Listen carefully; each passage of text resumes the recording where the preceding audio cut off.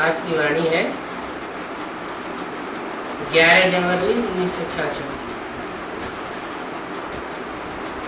Record चला है, जो पिया के साथ है उनके लिए बरसात। पिया बाप को कहा जाता है। बाप है परमपिता परमात्मा शिव।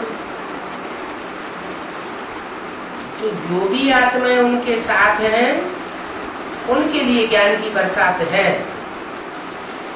जो उनके साथ नहीं है या कोई और धर्म पिता के ग्रुप में जाते हैं, माना कन्वर्ट होने वाले हैं, तो उनका बुद्धियोग तो कोई दूसरे देहधारियों के साथ लगा हुआ है, उनके लिए वो ज्ञान की बरसात नहीं है। क्योंकि ज्ञान जानकारी को कहा जाता है। जानकारी तो सच्चाई की होती है, झूठ की जानकारी तो होती नहीं है। तो जो सत्य है वो ही जानने योग्य है। तो जो सत्य की जानकारी है, सत्य के ज्ञान की बरसात है, वो उनके लिए है जो परमपिता परमात्मा के साथ जिनकी बुद्धि लगी हुई है। कोई दूसरों के साथ बुद्धि लगी हुई न हो, क्योंकि औरों के साथ बुद्धि लगी हुई होगी तो ज्ञान में मैच्योरिटी जरूर होगी।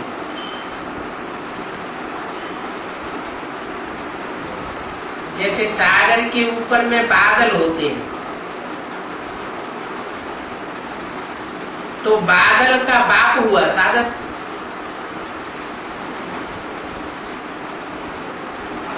बादल बरसात बरसाते हैं तो पानी कहां से लेते हैं? सागर से लेते हैं। तो ऐसे ही ज्ञान सागर बाप है और जो बच्चे हैं वो बादल हैं। वो ज्ञान सागर बाप से ही सत्य ज्ञान ग्रहण करते हैं। तो जो बादल सागर के साथ हैं उनके लिए बरसा। वो बादल ही पानी भरकर फिर बरसते हैं। तुम ही सागर के पास आते हो भरने के लिए। तुम ही माने और कोई भी है जो वो ज्ञान जल भरने के लिए सागर के पास नहीं आते। कोई और छोटे मोटे गड़े गड़ीचियां हैं, तालाब हैं, झीलें हैं, नदियां हैं, उनमें ज्ञान जल भरने के लिए जाते हैं। सागर के बच्चे तो बादल ही होते हैं जो मीठा पानी खींच लेते हैं। क्योंकि सागर तो खारा भी होता है और सागर मीठा भी होता है। तो जिनकी बुद्धि बाप के साथ लगी हुई है उनकी बुद्धि में मीठा पानी भर जाता है। तो बादल भी अनेक प्रकार के होते हैं। कोई खूब जोर से बरसते हैं, बोड़ बोड़ कर देते हैं, और कोई कम बरसते हैं। इतना बरसते हैं कोई बादल कि जैसे दुनिया पानी में डबडबा जाती है। तुम्हारे में भी ऐसे नंबरवार है। तो जो खूब जोर से बरसते हैं उनका नाम भी गाया जाता है। जैसे बरसात बहुत होती है तो मनुष्य खुश होते हैं, ये भी ऐसे ही है। जो अच्छा बरसते हैं उनकी महिमा होती है, जो नहीं बरसते हैं उनकी दिल जैसे सुस्त हो जाती है। जब दिल सुस्त हो जाती है तो मोह उत्साह खत्म हो जाता है। पेट भरेगा नहीं, पूरी रीत धारण न होने से पेट जाकर पीठ से जाकर लग जाता है। फेमन होता है तो मनुष्यों का पेट जाकर के पीठ से लग जाता है ना, कुछ खाने को मिलता नहीं। फेमन बना अकाल पड़ता है तो लोगों को खाने को मिलता नहीं, पीने को पानी नहीं मिलता, तो पेट पीठ से पिचक के लग जाता है। तो ये भी धारण करो और धारणा नहीं करते हैं तो बुद्ध रूपी पेट पीठ से लग जाता है।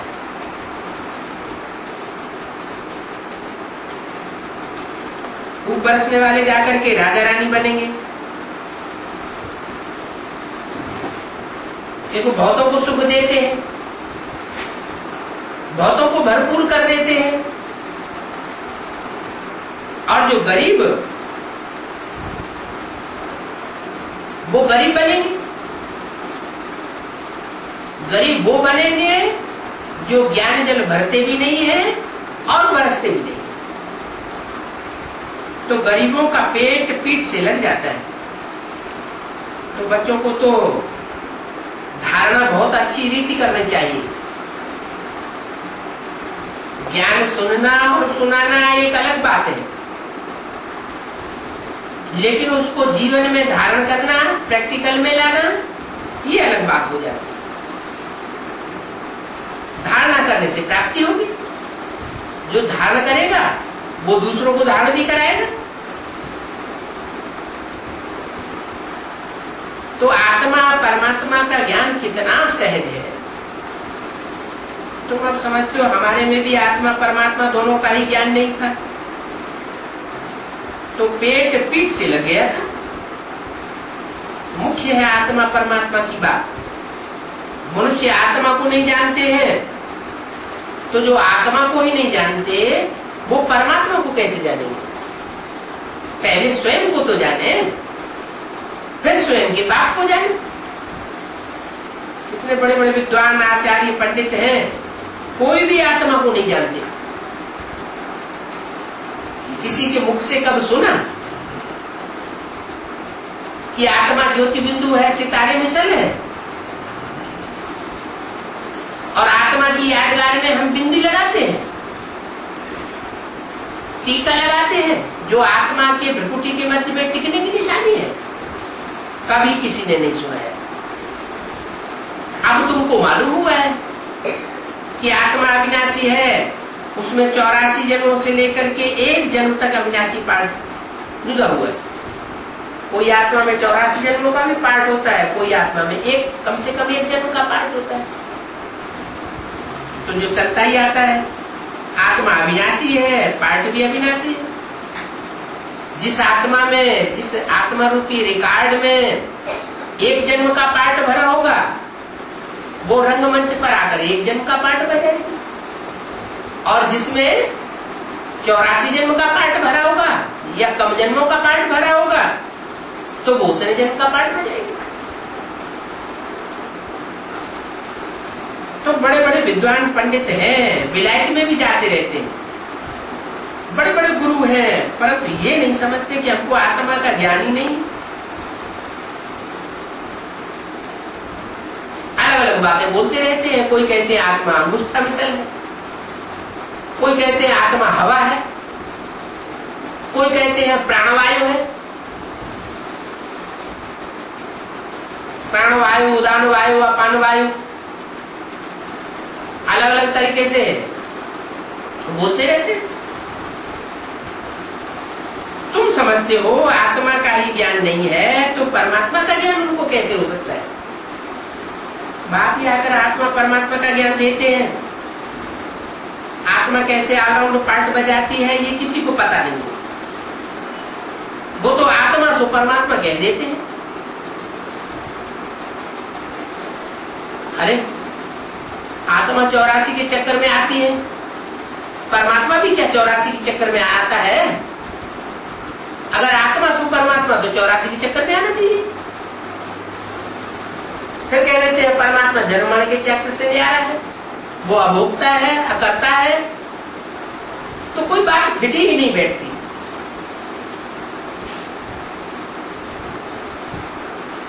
आत्मा कैसे ऑलराउंड पार्ट बजाती है किसी को पता नहीं। तुम बच्चों को अभी आदि से लेकर के अंत तक पूरा ज्ञान है, वो तो ड्रामा की आयु भी लाखों वर्ष कह देते हैं।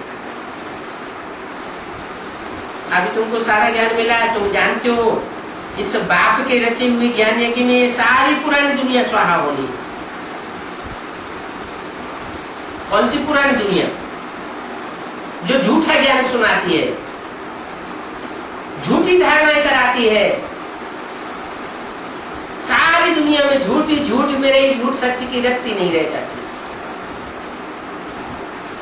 तो बाप जो ज्ञान यज्ञ रचते हैं उसमें ऐसी विनाश ज्वाला निकलती है कि ये सारा झूठ और झूठखंड सब खलास हो जाते हैं। इसलिए बाप कहते हैं देह सहित जो कुछ भी है वो सब भूल जाओ। इसलिए कहते हैं क्योंकि अब ये दुनिया देह और देह के संबंधों की दुनिया, पदार्थों की दुनिया, ये खलास होने वाली है। इन आंखों से जो कुछ देखते हो सब विनाशी है। आज देखने में कुछ और आता है, कल कुछ और हो जाता है।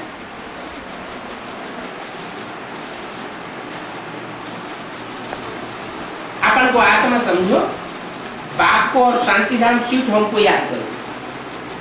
ये तो है दुख धाम। ये भी तुम्हारे लिए नंबरवार पुरुषार्थ अनुसार समझा सकते हैं। क्या? शांति धाम, सुख धाम और दुख धाम। किसको किसको याद करना है? शांति धाम और सुख धाम को याद करना है और दुख धाम को भूल जाना है।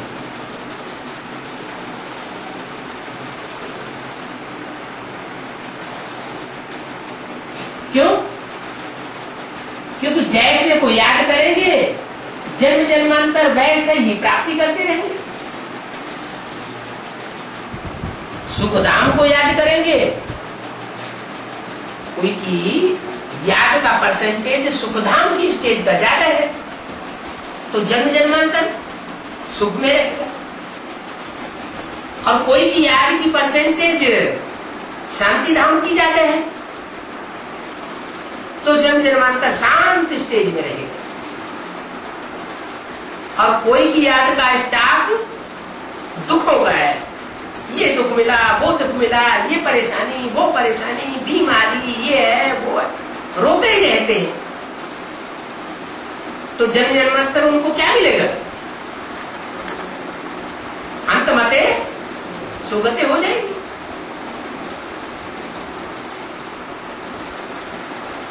तो ये दुख धाम, सुख धाम और शांति धाम की बातें नंबरवार पुरुषार्थ अनुसार तुम बच्चे समझा सकते हो।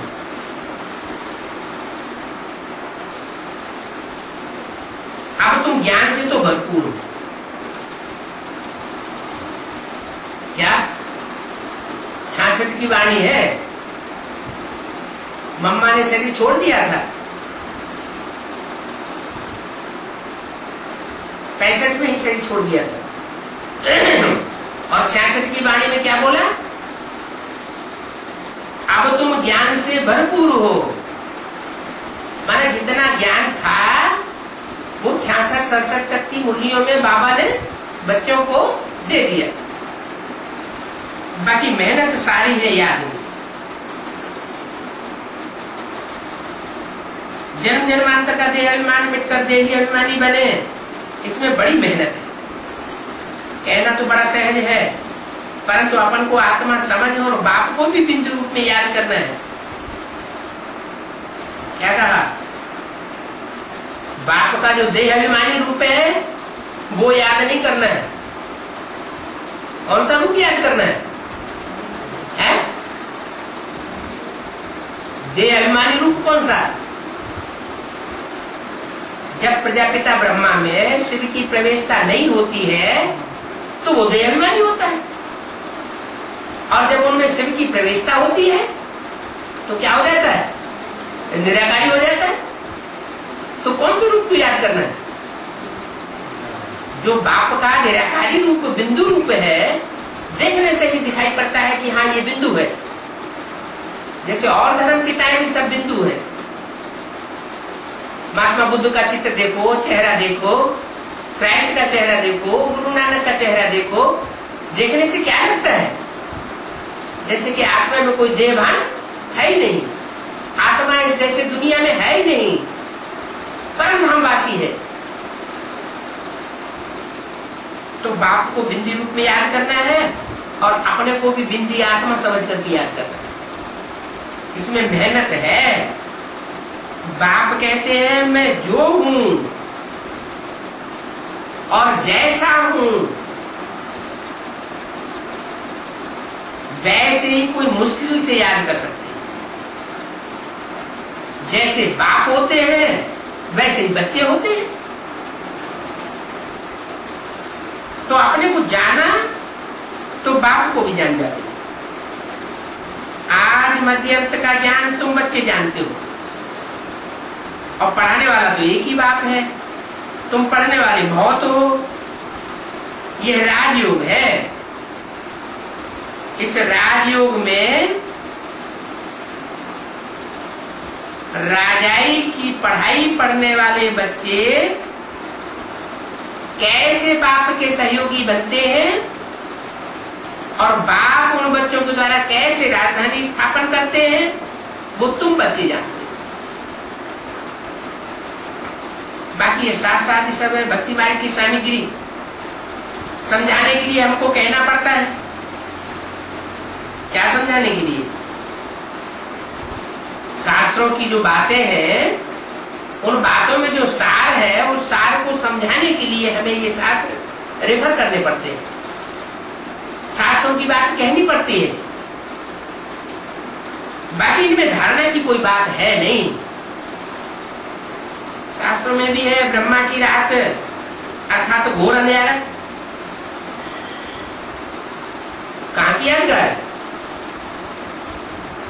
संगम युग की ही यादगार है। ब्रह्मा जब ज्ञान सूर्य को भूल जाता है, इधर उधर बुद्धि भटक जाती है बच्चों में, तो अंधेरे में चला जाता है। जब ब्रह्मा ही अंधेरे में, तो सारे ब्राह्मण भी अंधेरे में। अज्ञान का अंधेरा उनकी आंखों में छाता रहता है। घड़ी घड़ी निश्चय बुद्धि हो जाएगी। अभी अभी बाप के ऊपर निश्चय बैठेगा और अभी अभी निश्चय बुद्धि हो जाएगी। अभी अभी उनको ज्ञान सूर्य दिखाई पड़ेगा और अभी अभी वो ज्ञान सूर्य बादलों के आ जाने से लोप हो जाते हैं। तो बाप कहते हैं ये ब्रह्मा की रात और ब्रह्मा के दिन का राज भी समझना। संगम युग की ही बातें हैं। शाम के 7 बजेंगे और अंधेरा होता जाएगा।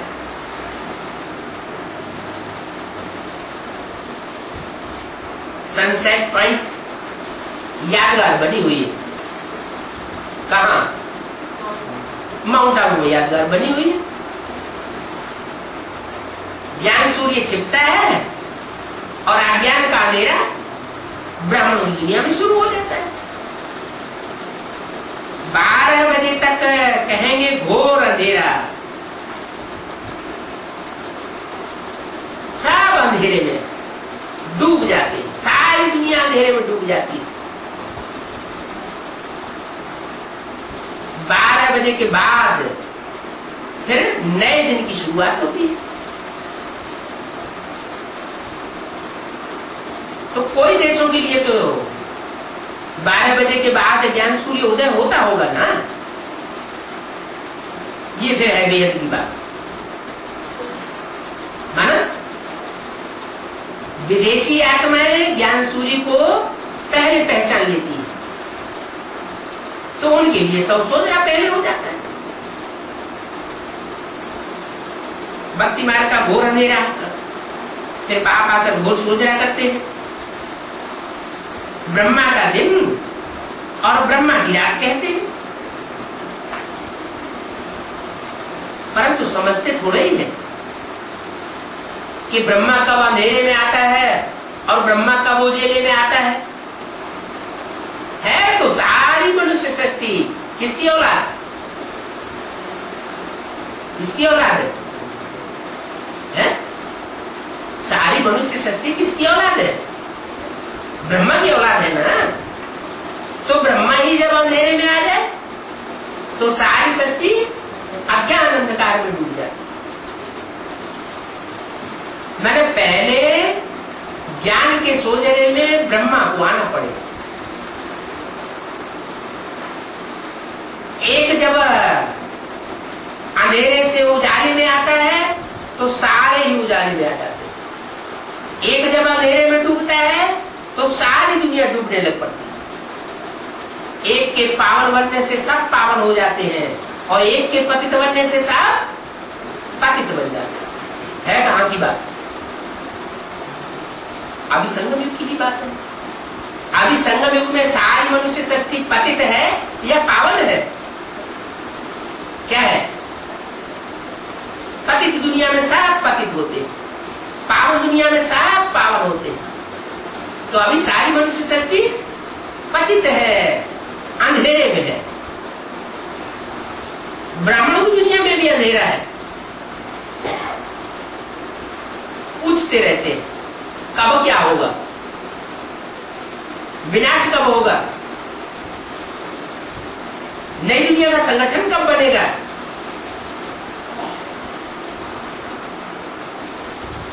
तो बाप ज्ञान सूर्य है। ज्ञान सूर्य जब गर्म होता है तो सागर में से जो भाप उठती है उससे बादल तैयार हो जाते हैं। चंद्रमा रोशनी किससे लेता है? सूर्य से रोशनी लेता है। तो ये ज्ञान की रोशनी जो ज्ञान सूर्य से मिलती है, ज्ञान चंद्रमा को, वो ज्ञान चंद्रमा ज्ञान सूर्य से रोशनी क्यों नहीं लेता? अंधेरे में क्यों रहता है? जरूर चंद्रमा के ऊपर पृथ्वी का परछाया पड़ता है। क्या? पृथ्वी माना धरणी, धरणी माने कन्याएं माताएं। जो ज्ञान में चलने वाली कन्याएं माताएं हैं उनका, उनकी छाया, परछाया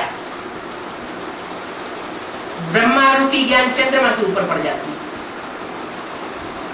उन कन्याओं माताओं के प्रभाव में आ जाता है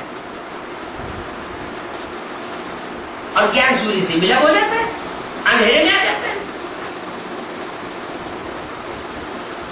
ये रात और दिन आधा आधा होता है। आधा समय ब्रह्मा का दिन, आधा समय ब्रह्मा की रात। सत्युग के बाद फिर सीढ़ी उतरना होता है। तो कितना सहज समझाया जाता है, परंतु मनुष्य समझते कहां है? अपन को अथॉरिटी कितनी बड़ी समझते हैं। वेदों शास्त्रों की अथॉरिटी गोया भक्तिमान, भक्तिमान की अथॉरिटी ठहरी। उनको ऑलमाइटी अथॉरिटी तो नहीं कहेंगे। किनको? जो भी वेद शास्त्रों की अथॉरिटी है उनको ज्ञान मार्ग की अथॉरिटी नहीं कहेंगे। वो सिर्फ अथॉरिटी है भक्ति मार्ग की। बाप को ऑलमाइटी अथॉरिटी कहा जाता है। वो ऑलमाइटी बाप ही अथॉरिटी है ना कि ये शास्त्र पढ़ने वाले। वो तो ऑलमाइटी का अर्थ भी नहीं समझते। वो तो समझते हैं कि वो बड़े समर्थ। भगवान इतने समर्थ है कि जो चाहे सो कर सकते हैं। अब भगवान क्या जादूगरों बाजीगरों की तरह कोई छूमंतर काली करेगा क्या? 11 की 66 की वाणी का दूसरा पेज। बाप तो कहते हैं जैसे तुम इस ड्रामा के बंधन में बंधे हुए हो, ये 5000 वर्ष का जो ड्रामा है ना, इसमें जैसे तुम बंधन में बंधे हुए हो, ऐसे मैं भी ड्रामा के बंधन में बांधा हुआ हूं। मैं भी ड्रामा के बरखिलाफ कोई काम नहीं कर सकता, जो चाहे सो नहीं कर सकता। जैसे तुम बंधे हुए हो, तुम्हारी आत्मा में अगर 84 जन्मों का पार्ट भरा हुआ है ड्रामा में, तो तुम 84 जन्म लेने ही है। तो ऐसे ही मेरी आत्मा में भी 84 जन्मों का तो पार्ट नहीं बंधा हुआ है, लेकिन मैं इस ड्रामा के बंधन में बांधा हुआ जरूर हूं। एक जन्म के लिए आकर के तुम बच्चों को माला माला आकर के बनाता हूं, ये मेरा पार्ट है ज्ञान सुनाने का और पतितों को पावन बनाने का। भारत पर तो कितनी आफतें आती रहती है, तो द्वापर युग से लेकर के कलयुग के अंत तक कितनी आफतें आती हैं भारत पर, कितने आक्रमण होते हैं विदेशियों के। तो क्या मैं घड़ी घड़ी आता रहता हूं? नहीं, मेरे पार्ट की भी लिमिट है। हर युग में मैं नहीं आता हूं, मैं सिर्फ कलयुग के अंत और सतयुग का आदि जब होना होता है तो संगम पर आता हूं, जब ये सृष्टि पूरा दुखधाम बन जाती है। पूरा दुखधाम बने तब मैं आऊं। 1 सेकंड का भी फर्क नहीं पड़ सकता मेरे आने में। इतना तक ड्रामा के बंधन में बांधा हुआ हूं। ड्रामा में हर एक का एक्यूरेट पार्ट जुड़ा हुआ है। ये है हाईएस्ट बाप का रीइंकारनेशन। फिर नंबर 12 और सब आते हैं कम ताकत वाले, है ना, जो सब बापों का बाप है, सब धर्म पिताओं का पिता है, वो है फर्स्ट नंबर धर्म पिता। अव्वल नंबर देवता धर्म की स्थापना करता है। बाद में जो द्वापर युग से धर्म पिताएं आते हैं वो है सब नंबर 12। नंबर 12 सब आते ही रहते। शूटिंग पीरियड में भी ऐसे ही होता है। यज्ञ के आदि में जो स्वरूप था ज्ञान देने वाला, ज्ञान सागर, वो तो आदि में पार्ट बजा करके चला गया, वो था अव्वल नंबर। उसके द्वारा जो बीज रूपी स्टेज में पार्ट बजाया गया, उससे कराची में नरक की दुनिया के बीच में स्वर्ग का नजारा एक सैंपल तैयार कर दिया गया। ये पार्ट है मेरा, क्या, नरक को स्वर्ग बनाने का। बाद में ब्रह्मा के द्वारा ब्राह्मण धर्म स्थापन हुआ। तो ब्रह्मा के द्वारा जो ब्राह्मण धर्म स्थापन हुआ, वो अव्वल नंबर कहेंगे या द्वैम नंबर कहेंगे? अव्वल नंबर तो नहीं कहेंगे। जो नंबर 1 द्वारा काम होता है वो नंबर 2 के द्वारा काम नहीं हो सकता। स्वर्ग तो नहीं स्थापन होता, क्योंकि तो ब्राह्मण जो पैदा हुए ब्रह्मा के द्वारा, वो 2 प्रकार के ब्राह्मण पैदा हो गए। रावण, कुंभकर्ण, मेघनाथ जैसे ब्राह्मण भी बन गए, और गुरु वशिष्ठ, विश्वामित्र जैसे भी ब्राह्मण बन गए, मिक्स हो गए। इसलिए ब्राह्मणों की 9 प्रकार की कुरियां गाई जाती है। माना जो 9 मुख्य धर्म है सारी दुनिया में, सतयुग आदि से लेकर कलयुग अंत तक स्थापन होने वाले, उन 9 मुख्य धर्मों में से चुनी हुई श्रेष्ठ आत्माएं ब्राह्मण धर्म में आती है। और जो जिस धर्म से आता है, जितने ऊंचे नंबरवार धर्म से आता है, उतनी ही धारणा करता है। जिन ब्राह्मणों में कम धारणा होती है वो बाद वाले नंबर के गिने जाते हैं। जिनमें ऊंची धारणा होती है वो अव्वल नंबर के सूर्यवंशी गिने जाते हैं। द्वैम नंबर की धारणा होगी तो चंद्रवंशी गिने जाएंगे। तीसरे नंबर की धारणा होगी तो इस्लामी वंशी गिने जाएंगे। तो नंबर वार सब आते हैं कम ताकत वाले। ड्रामा में हीरो हीरोइन पार्टधारी होते हैं, फिर पिछाड़ी में सब नंबरवाद रहते हैं। क्या कहा? ड्रामा कोई होता है तो उसमें अव्वल नंबर पार्टधारी कौन होता है? उसको क्या कहते हैं? अरे हीरो कहते हैं ना, वो हुआ अव्वल नंबर।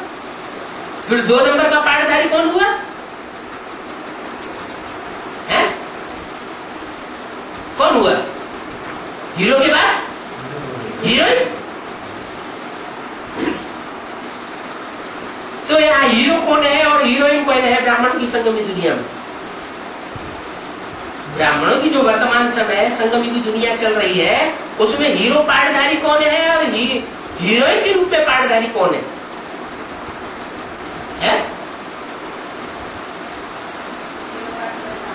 हीरो पार्टधारी राम वाली आत्मा। अच्छा, राम वाली आत्मा किस रूप में पार्ट में जाती है? शंकर के रूप में पार्ट, एवरलास्टिंग। शंकर का पार्ट बीच का है या अंतमत्य सुगते का है? अंतिम पार्ट क्या है संपन्न स्टेज का? लक्ष्मी नारायण, नारायण और लक्ष्मी। तो लक्ष्मी नारायण जो पार्टधारी है वो हीरो हीरोइन है। तो अभी तुम बच्चों को कितनी नारी मिलती है? ये हीरो हीरोइन पार्टधारी ब्राह्मणों की संगमी की दुनिया में प्रत्यक्ष होते हैं ना। तुम विश्व के मालिक बन जाते हो जब तुम हीरो के रूप में संसार में प्रत्यक्ष होते हो। तो तुम तो विश्व के मालिक बन जाते हो, तुम्हारे फुल फोर्स की ताकत तुम्हारे में आ जाती है। उसके बाद 2 नंबर के फोर्स की ताकत किसमें होती है? कौन सी आत्मा में होती है? नारायण के साथ लक्ष्मी। लक्ष्मी में नंबर 2 की ताकत होती है। फिर नंबर 1 पुरुषार्थ करके तुम तमो प्रधान से सतो प्रधान बनते हो। औरों का तो पार्ट ही नहीं है, माने और धर्म वालों का पार्ट तमो प्रधान से सतो प्रधान बनने का नहीं है। वो सतो सामान्य तक कोई पहुंचते हैं, पूरे 16 कला संपूर्ण बन जाए, पूरे 84 जन्म ले ले, सारे विश्व की बादशाही ले ले। ये और धर्म की आत्माओं का काम नहीं है जो और से पढ़ाई पढ़ते हैं। तुम सिर्फ एक को याद करते हो, एक के संग रंग लगाते हो, एक से पढ़ाई पढ़ते हो, तो तुम्हें पूरी प्राप्ति होती है, तुम्हारे में फुल फोर्स की ताकत आती है। पुरुषार्थ कर तुम तो सतो प्रधान बन जाते हो ना। Wonder of the world number 1 है।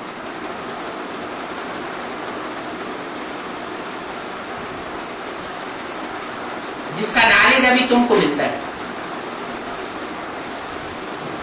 बाकी तो सब है मटेरियल, क्योंकि वो सब इन आंखों से देखा जाता है। वंडर ऑफ वर्ल्ड तो बाबा है जो फिर स्वर्ग रचते हैं। सारी दुनिया में सबसे जास्ती वंडरफुल पार्ट किसका है? शिव बाबा। वंडर ऑफ द वर्ल्ड बाबा है जो कि स्वर्ग रचते हैं, जिसको हेवन पैराडाइज कहते हैं। तो उसकी पैराडाइज की कितनी महिमा है।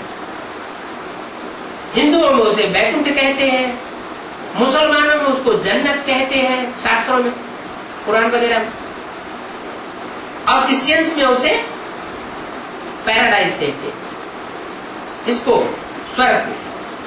तो कितनी महिमा है। बाप और बाप की रचना की बड़ी भारी महिमा है।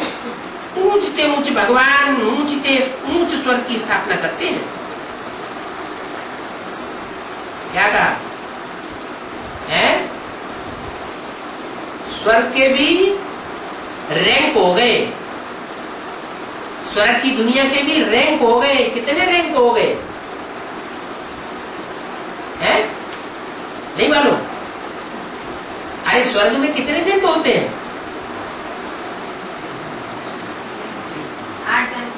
21 जन्म होते हैं ना, है? स्वर्ग में 21 जन्म होते हैं, उसमें सेमी स्वर्ग भी मिक्स है। अगर फुल स्वर्ग कहे तो सत्युग है। सत्युग में कितने जन्म होते हैं? 9 जन्म होते हैं। क्या? जो अव्वल नंबर स्वर्ग है उसमें 9 जन्म होते हैं।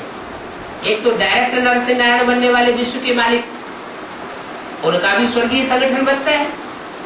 फिर उनसे जन्म लेने वाले राधा कृष्ण जो 16 कला संपूर्ण बनते हैं, उनका भी अव्वल नंबर स्वर्ग कहेंगे। उसके बाद जो नारायण आते हैं वो कम कलाओं वाले आते हैं, उनको फिर नंबरवार स्वर्ग रचने वाला कहेंगे। क्यों वो नंबरवार क्यों बन जाते हैं? इसलिए नंबरवार बन जाते हैं कि वो दूसरों के प्रभाव में आ जाते हैं, दूसरे धर्म गुरुओं की बातों में आ जाते हैं और बाप की मत को छोड़ देते हैं। जैसे अभी एडवांस पार्टी है और बेसिक पार्टी है। भगवान की जो बोली हुई मुरली है उस मुरली को ज्यादा महत्व कौन देते हैं?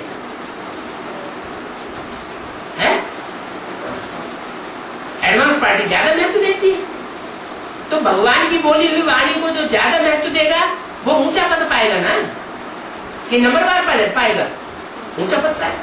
फिर एडवांस पार्टी में भी अगर कोई ऐसे है जो दूसरों की मत पर चल पड़ते हैं तो वो भी नंबरवार हो जाएंगे। माला में उनके भी नंबर गिने जाएंगे। कोई नीचा वर्ग का, कोई ऊंचा वर्ग का हो जाएगा, कोई ऊंचे ग्रुप का होगा। दाईं ओर का सबसे ऊंचा वाला ग्रुप जरूर सूर्यवंशी कहा जाएगा। तो ऊंचते ऊंच स्वर्ग की स्थापना बाप कैसे करते हैं? तो ऊंचते ऊंच जो स्वर्ग होगा वो कितने कला संपन्न होगा? है? कला संपन्न होगा या कलातीत होगा? क्या होगा? 16 कलाओं से भी ऊंची स्टेज का सुख होगा। क्योंकि सत्युग में तो जो स्वर्ग होगा, स्वर्ग का सुख भोगेंगे वो 16 कला में लिमिट में बंधा हुआ होगा।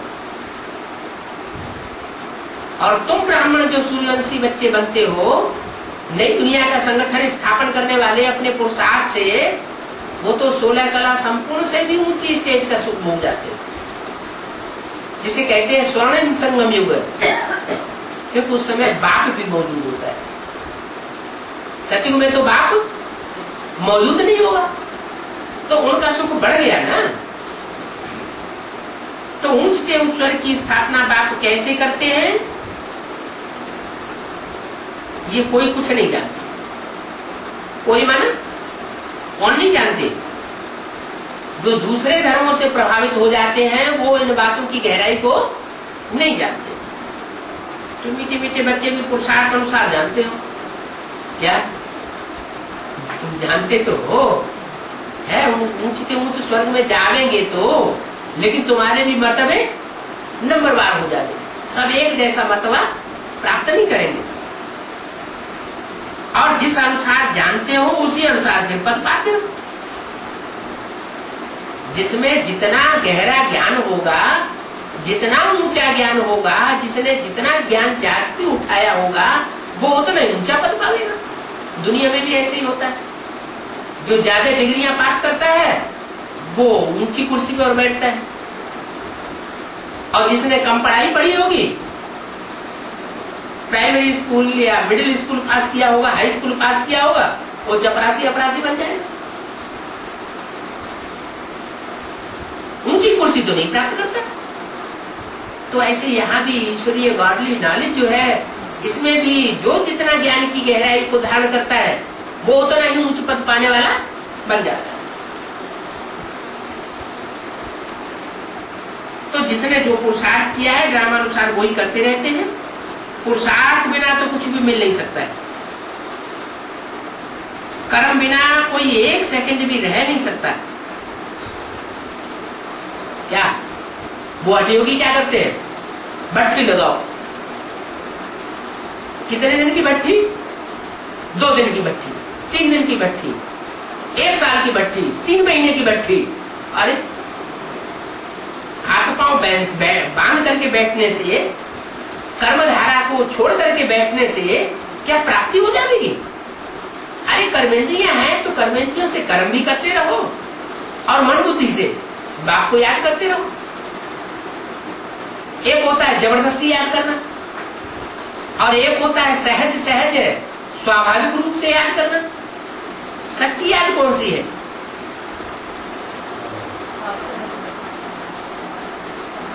महबूबा महबूब को याद करती है या महबूब महबूबा को याद करता है, तो कारखाने में काम करते भी उनको याद आता है कि नहीं आता है?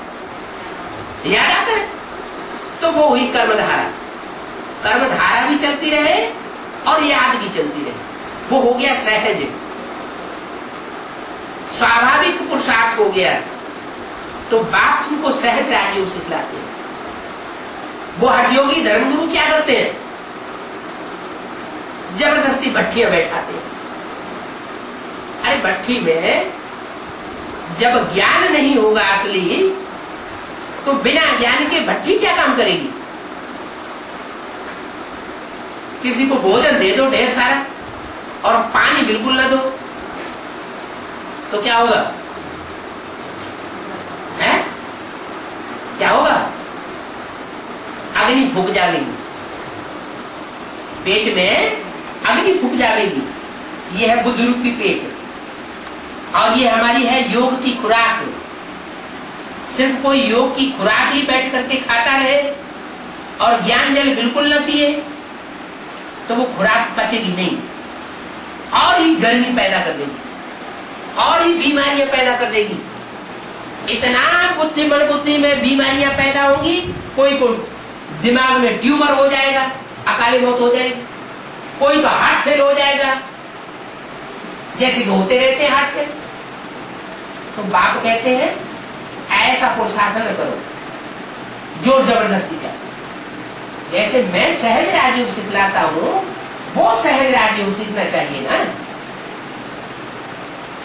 बाप तो कहते हैं तुम कर्म योगी हो, कर्म इंद्रियों से कर्म भी करते रहो और बुद्धि से याद भी करते रहो। वो हठ योगी होते हैं, प्राणायाम चढ़ाए देते हैं, जैसे जड़ बन जाते हैं, अंदर में पड़े रहते हैं, ऊपर में मिट्टी जम जाती है। क्या अंदर में निश्चेष्ट होकर के पड़े रहते हैं, मन बुद्धि जाम हो जाती है और ऊपर से देह अभिमानी की मिट्टी उनके ऊपर छा जाती है। तो देह अभिमानी की मिट्टी अगर बढ़ती रहे तो ऐसे पुरुषार्थ से फायदा हुआ या नुकसान हुआ? अंदर पड़े रहते हैं, ऊपर में मिट्टी जम जाती है तो बगीचे बन जाते हैं। क्या कहा? जो ऊपर ऊपर मिट्टी जमी हुई है देह अभिमानी की मिट्टी, उस देह अभिमानी की मिट्टी में सुखधाम, शांति धाम और ज्ञान सरोवर जैसे बगीचे बन जाते हैं।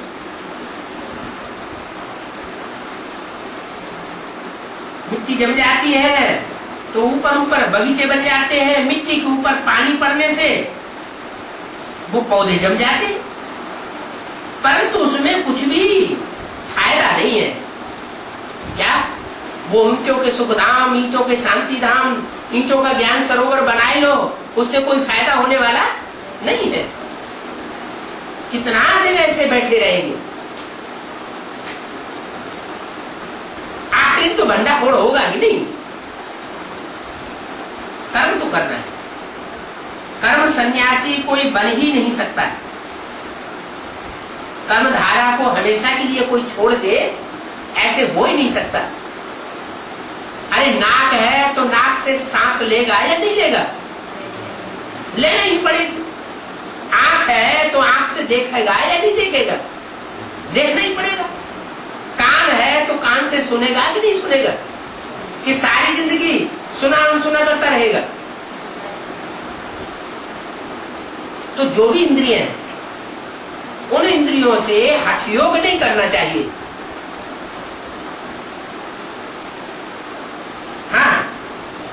कोई खाना आज नहीं बनाते हैं सन्यासी वगैरह, इसलिए उनको कर्म सन्यासी कह देते हैं। वो पका पकाया भोजन कमंडल ले जाते हैं और भीख मांग के खा लेते हैं। तो ये भी इनका ड्रामा में पार्ट है। क्या? खुद अपना भोजन तैयार न करना, अपने लिए अपने पेट की कमाई न करना, क्या करना? बना बनाया भोजन भीख में मांग लेना। क्या ड्रामा में उनका पार्ट है? भीख मांगने का इनका पार्ट है। ये निवृत्ति मार्ग वाले नहीं होते तो भी भारत की बहुत बुरी हालत हो जाती है। आखिर इन निवृत्ति मार्ग वाले सन्यासियों ने भारत को थोड़ा तो समाया। चलो, प्रवृत्ति मार्ग की देवताओं जैसी पवित्रता को धारण नहीं कर सके, फिर भी हठयोगियों के हठयोग करके भी थोड़ी तो पवित्रता को धारण किया ना। भारत नंबर 1 प्योर था। बाप पहले पहले प्योरिटी स्थापन करता है। सतयुग में प्योरिटी इज फर्स्ट। जो प्योरिटी फिर आधा कल्प चलती है। और ये जो सन्यासी अल्पकाल की पवित्रता धारण करते हैं, ये आधा कल्प तो क्या एक युग भी नहीं चलती, एक जन्म भी नहीं चलती पूरी। बरोबर, सतयुग में एक धर्म एक राज्य था, फिर डीटी राज्य आकर के हुआ। मनुष्यों ने तो सबको पतित बना दिया। क्या कहा? सबको माने किसको किसको? मनुष्य गुरु जो हुए, उन गुरुओं ने सारी मनुष्य सृष्टि को पतित बनाया। सिर्फ मनुष्य सृष्टि ही नहीं, मनुष्य सृष्टि जब पतित बनती है तो कीड़े मकोड़े पशु पक्षी सब पतित होने लग पड़ते हैं। तो सारी मनुष्य सृष्टि पतित बन गई। पावन दुनिया में तो कोई पतित होता ही नहीं, पतित बनते ही है रावण राज्य में। क्या कहा? जो एक सिर वाला राम है, उसके राज्य में कोई पतित नहीं बनता। और अनेक सिर वाले रावण का राज्य जब होता है, अनेक मतें देगा ना, क्योंकि ज्यादा सिर है तो सब पतित हो जाते। तो क्या करना चाहिए? एक ही मत पर चलना चाहिए या अनेकों की मत पर चलना चाहिए? एक ही मत पर चलना चाहिए। और जिस एक ही मत पर चले वो भी कोई गधा घोड़ा या कच्छ बच्चा अवतार लेने वाला नहीं हो, ऐसा जानवरियत का पार्ट बजाने वाला ना हो, ऊंचते ऊंच करतार होना चाहिए। ऊंचे से ऊंचे की मत पर चलेंगे तो ऊंचे से ऊंचा पद बनेगा। तो अभी तुम कितनी अच्छी नहीं समझते हो। कृष्ण को श्याम सुंदर क्यों कहते हैं? कारण क्या है कि कृष्ण को श्याम भी कहते हैं फिर सुंदर भी कहते हैं? सुंदर श्याम नहीं कहते। क्या कारण?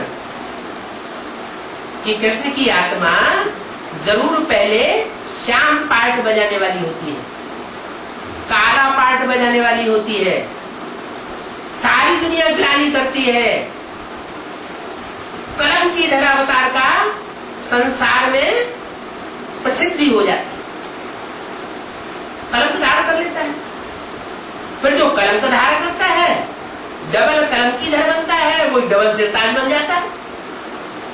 तो ये तुम्हारा पार्ट है, पहले श्याम और फिर बाद में सुंदर बनने का। आजकल तो बहुत ही ऐसे ऐसे नाम रख देते हैं, मनुष्यों के भी नाम रख देते हैं श्याम सुंदर।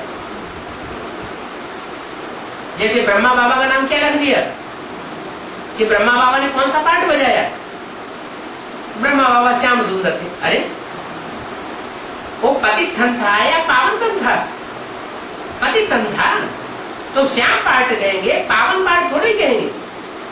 नहीं, इस जन्म में श्याम पाठ बजाया, सतयुग में जाके सुंदर बनेगा। तो जो नाम होता है वो एक जन्म का नाम होता है, एक शरीर का नाम होता है, या दो शरीरों का नाम होता है? नाम तो एक शरीर के ऊपर पड़ता है। तो श्याम सुंदर या तो इस जन्म में होगा या अगले जन्म में होगा। दोनों पार्ट एक ही शरीर के ऊपर कैसे हो सकते हैं? हो सकते हैं या नहीं हो सकते हैं? हो सकते हैं। किसके?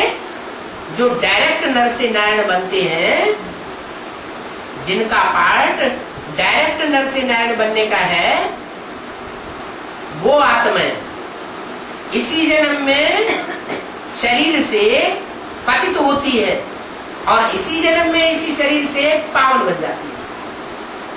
इसी जन्म में एक ही शरीर में फुल बैगर बनते हैं और अगले जन्म में फुल प्रिंस बन जाते हैं। बाकी ये कृष्ण के चोले का गायन नहीं है। हाँ, कृष्ण का चोला जब शरीर छूट जाता है अंतिम जन्म में, तो वो आत्मा कोई ऐसे ब्राह्मण बच्चे में प्रवेश करती है जो पहले कभी त्रेता में राम थी, और प्रवेश करके वो कृष्ण की सोल काला पार्ट बजाती है। इतना काला मुंह वाला पार्ट बजाती है, इतना श्याम पार्ट बजाती है कि दुनिया में इतना श्याम पार्ट कोई बजा ही नहीं सकता। और फिर वही सोल जब उसकी बुद्धि में बैठ जाता है कि सृष्टि पर ज्ञान सूर्य का पार्ट बजाने वाला प्रैक्टिकल स्वरूप कौन है, तो वो सुंदर बन जाता है। इसलिए बोला, एक के सुंदर बनने से सब सुंदर बन जाते हैं, एक के पतित बनने से सब पतित बन जाते हैं। तो आजकल बहुतों के ऐसे नाम रख देते हैं, सब कोई कृष्ण से कंपटीशन करने लग पड़े। भक्ति मार्ग में तो मनुष्य जैसे इडियट बन जाते हैं। तुम बच्चे जानते हो पतित राजाएं कैसे पावन राजाओं के आगे माथा टेकते हैं। भक्ति मार्ग में पतित राजाएं होते हैं, जैसे राजा विक्रमादित्य पतित बना तो उसने शिवलिंग बनाया, बाजू में शंकर की मूर्ति रख दी, शंकर देवता की मूर्ति बना करके और उनकी पूजा की। तो पूजा करने वाला पतित हुआ और जिसकी मूर्ति रख दी वो हुआ पावन। ऐसे ही सीढ़ी के चित्र में ये भी दिखाया गया कि आगे चलकर राम सीता की पूजा करते हैं। राम सीता पावन और पूजा करने वाले पतित। ये शूटिंग भी कहाँ होती है? ब्राह्मणों की संगम की दुनिया में इस बात की भी शूटिंग होती है। जिस राम वाले व्यक्तित्व में अंतिम चोले में परमात्मा शिव प्रवेश करते हैं और प्रवेश करके संसार के सामने नारायण के रूप में प्रत्यक्ष होते हैं, तो जो उस स्वरूप को पूरा निश्चयात्मक बुद्धि से नहीं पहचान पाते, वो फिर उसकी पूजा करते हैं। बुलाएंगे, हे पतित पावन आओ, पूजा करेंगे, चिरौरी करेंगे, उसके मंदिर में जाएंगे। मंदिर माना घर। तो जो पतित होते हैं वो पावन के यहाँ जाकर के माथा टेकते हैं। माथा टेकना माना बुद्धि को झुकाना, उनकी बातों को मानना पड़ता है, परंतु जानते थोड़े ही है कि हम पतित हैं और हम माथा झुकाने वाले हैं। नहीं जानते हैं तो बार बार अनिश्चय बुद्धि बनते हैं। तुम अभी समझते हो जो पूज्य थे वही पर पुजारी बने हैं, वो फिर भगवान के लिए कह देते हैं कि आप ही पूज्य, आप ही पुजारी। अरे भगवान पूज्य पुजारी थोड़ी बनता है। भगवान तो सदा क्या है? पूज्य है कि एवर पूज्य है? वो तो सदैव एवर प्योर है। वो फिर भगवान के लिए कह देते हैं आप ही पूज्य, आप ही पुजारी। अभी तुम्हारी बुद्धि में ये सारा चक्र है, ये भी याद रहे तो तुम्हारी अवस्था बड़ी अच्छी रहेगी। परंतु माया बच्चों को स्मरण करने नहीं देती है। सदैव हर्षित मुख अवस्था रहे तो तुमको देवता कहा जाएगा। क्या अवस्था कैसी हो जाती है? अभी अभी बड़े खुश, अभी अभी माया लोड़े जला देती है तो चेहरा लटक जाता है। जब चेहरा लटक जाता है तो कहेंगे अब ये देवता पना इनका खलास हो गया। देवता बने ही नहीं है। जो देवता बन जाएगा एक बार तो फिर वो सदैव ही 2500 वर्ष तक वो आत्मा हर्षित मुख चेहरे वाली बनी रहेगी। देवताएं वहां सदैव हर्षित रहते हैं। लक्ष्मी नारायण के चित्र को देख करके कितनी खुशी होती है। तो उन देवताओं के जड़ चित्रों को ही देख करके इतनी खुशी होती है। तो जो चैतन्य में लक्ष्मी नारायण बन जाएंगे या लक्ष्मी नारायण जैसे बन जाएंगे, नारायण समान देवता बन जाएंगे, उनको देखने से कितनी खुशी होगी। राधा कृष्ण अथवा राम सीता को देख करके इतनी खुशी नहीं होती है, लेकिन लक्ष्मी नारायण को देख करके बहुत खुशी होती है। क्यों क्यों इतनी खुशी होती है? हैं? क्योंकि लक्ष्मी नारायण में कोई डिफेक्ट नहीं रहता और दूसरे जो देवताएं हैं उनमें कुछ न कुछ डिफेक्ट होता है। राम सीता वाली आत्माएं पूर्व जन्म में फेल हो गई तो अभी उनमें कुछ न कुछ डिफेक्ट जरूर होगा। जब तक उनका पुरुषार्थ संपन्न नहीं होता तब तक उनमें डिफेक्ट रहेगा। तो जिनमें खुद ही डिफेक्ट है वो दूसरों को भी संग का रंग डिफेक्ट पने का ही लगा देगा।